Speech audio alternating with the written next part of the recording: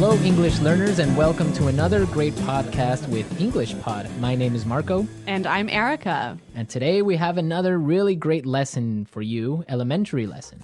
That's right, and it's another lesson about money. We have no money here at English Pod. We are in debt here. In debt. Yes. Okay, In debt.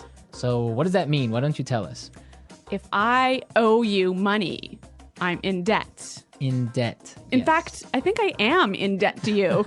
You owe me $2.50 for a Coke Zero today. That's true.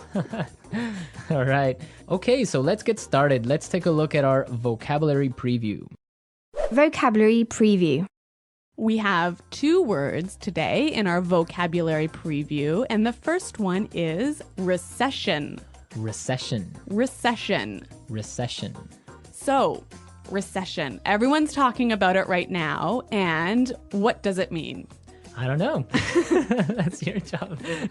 I don't know. I really don't know. Why don't you tell me, Erica? Because this isn't my topic for today. Okay.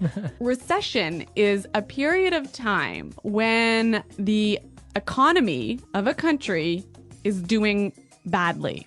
In a recession, the country is making less money. That's true. So maybe we can give a few examples of things that happen in a recession to show the meaning of this a little bit better. Right. So, for example, in a recession, many people lose their jobs. Because companies might close or go bankrupt. Exactly. And also, people start spending less money. That's true. And the stock prices of companies fall pretty fall. Yeah, they fall a lot, hey? Yeah.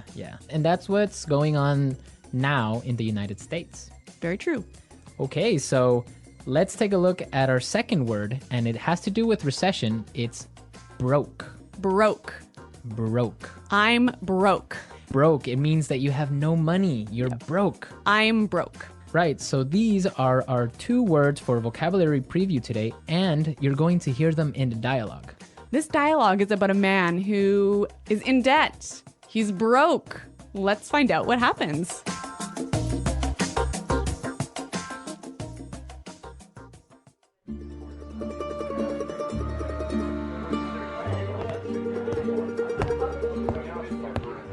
Hello, I'm here to see Mr. Corleone. Right this way, sir.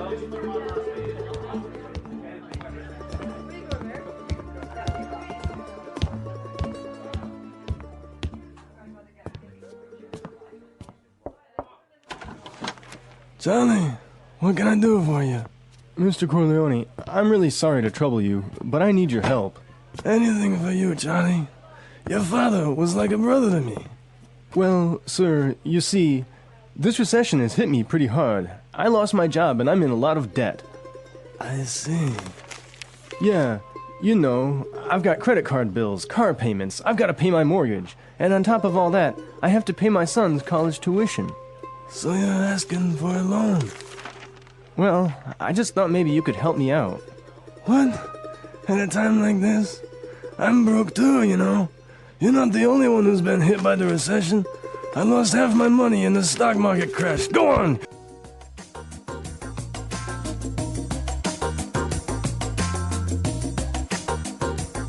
Okay, so that was a bit unexpected. Yeah, that was certainly strange. He didn't go to the bank to ask for money, did he? No, he went to the mob, and the mob is broke. Oh no, you know it's a bad recession when even the mob runs out of money. All right, so why don't we start by looking at our language takeaway? Language takeaway. All right, so for today's language takeaway, we have 4 words from the dialogue, which we think are really important. Yes, so why don't we start with the first one? Loan. Loan. Loan. Loan. So Erica, tell us about a loan. What is a loan? Okay, when you borrow money, you get a loan. A loan, yes. Not to be confused with alone, like by myself. No, so this is L-O-A-N. Loan. Right. Okay, great. Let's take a look at our second word, mortgage. Mortgage. Mortgage. Mortgage. Now, this is very common. I'm sure many of you have mortgages. What is a mortgage? A mortgage is a type of a loan. basically it's a loan that helps you to buy a house. A house or a property. Yeah. So this is a funny word. I mean, there's this strange mortgage with a T. Yeah, it has a T in it, but you don't pronounce it. You say mortgage. Mortgage. So not mortgage. Not mortgage. Mortgage. Mortgage. Yeah. I had trouble spelling that one for this lesson, so I learned it well now. Okay. Let's move to our third word today. Hit me pretty hard. Hit me pretty hard. Hit me pretty hard. Hit me pretty hard. I think we have some examples that will help us understand this phrase. Example 1.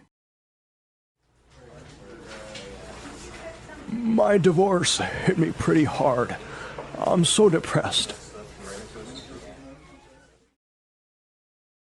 Example 2. This cold has hit me pretty hard. I've been in bed for a week. Example 3. The news of Fluffy's death hit me pretty hard. I've been crying for days. Okay, so that's a lot clearer. Yeah. Great. Why don't we take a look at our last word for language takeaway? Tuition. Tuition. Tuition.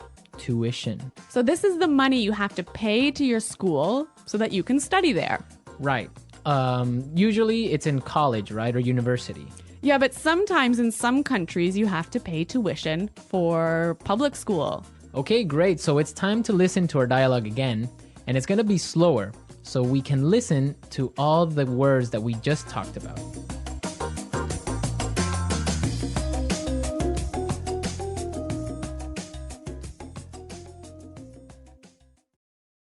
Hello, I'm here to see Mr. Corleone. Right this way, sir. Charlie, what can I do for you? Mr. Corleone, I'm really sorry to trouble you, but I need your help. Anything for you, Charlie. Your father was like a brother to me. Well, sir, you see, this recession has hit me pretty hard. I lost my job, and I'm in a lot of debt. I see. Yeah, you know, I've got credit card bills, car payments. I've got to pay my mortgage, and on top of all that, I have to pay my son's college tuition. So you're asking for a loan? Well, I just thought maybe you could help me out. What? At a time like this? I'm broke too, you know. You're not the only one who has been hit by the recession. I lost half my money in the stock market crash. Go on, get out of here.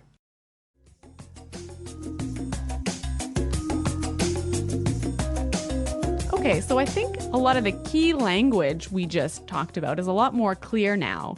But you know, I also noticed some really interesting phrases in this dialogue. Yes, I did too. So let's start with Fluency Builder. Fluency Builder. Fluency Builder is a tool that we use to help you sound more native. Right, so you can sound more natural when you're speaking. So we take a really common phrase and we show you some great natural ways of expressing that same idea. Exactly, and today we have 3 of these examples. Let's start with the first one. So this phrase we use when we want to ask somebody, "Can I help you?" What can I do for you? What can I do for you? Yeah, that sounds really, really polite and really natural. Right, so instead of saying, can I help you, or, I don't know, what do you need? We can just say, what can I do for you? Exactly. Great. So let's move to our second phrase. This phrase we use when we need something, when we want to say, I'm sorry to bother you. Or, I'm sorry to interrupt. Okay, let's listen. I'm really sorry to trouble you. I'm really sorry to trouble you. I'm sorry to trouble you. This phrase might be a little bit more difficult to understand how it's used, but we've got some examples. Yes, so let's listen. Example 1. Can I trouble you for a moment? I just need you to sign this form for me.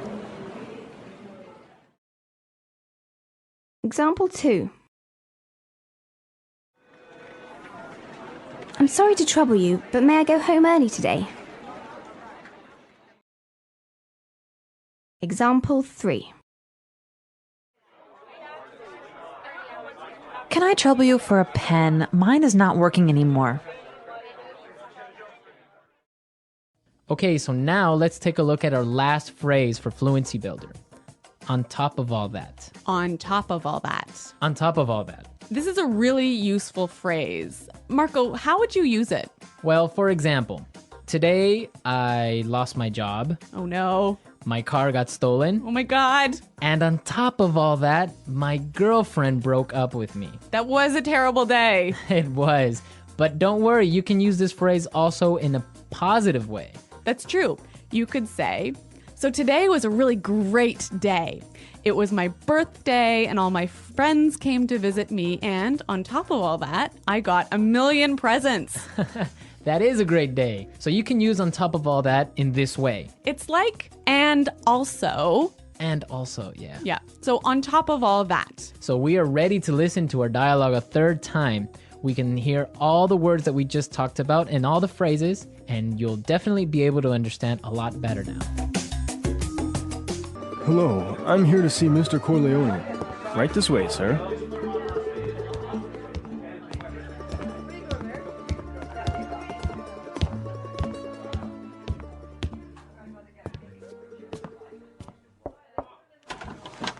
Charlie, what can I do for you? Mr. Corleone, I'm really sorry to trouble you, but I need your help. Anything for you, Charlie. Your father was like a brother to me. Well, sir, you see, this recession has hit me pretty hard. I lost my job and I'm in a lot of debt. I see. Yeah, you know, I've got credit card bills, car payments, I've got to pay my mortgage, and on top of all that, I have to pay my son's college tuition. So you're asking for a loan? Well, I just thought maybe you could help me out. What? At a time like this? I'm broke too, you know. You're not the only one who's been hit by the recession. I lost half my money in the stock market crash. Go on!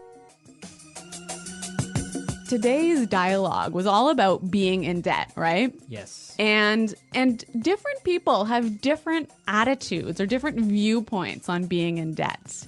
Yes, that's true. For example, in North America and in Canada, it's a really common thing. Yeah, it's actually almost good to be in debt. It's more than good, it's necessary to be in debt.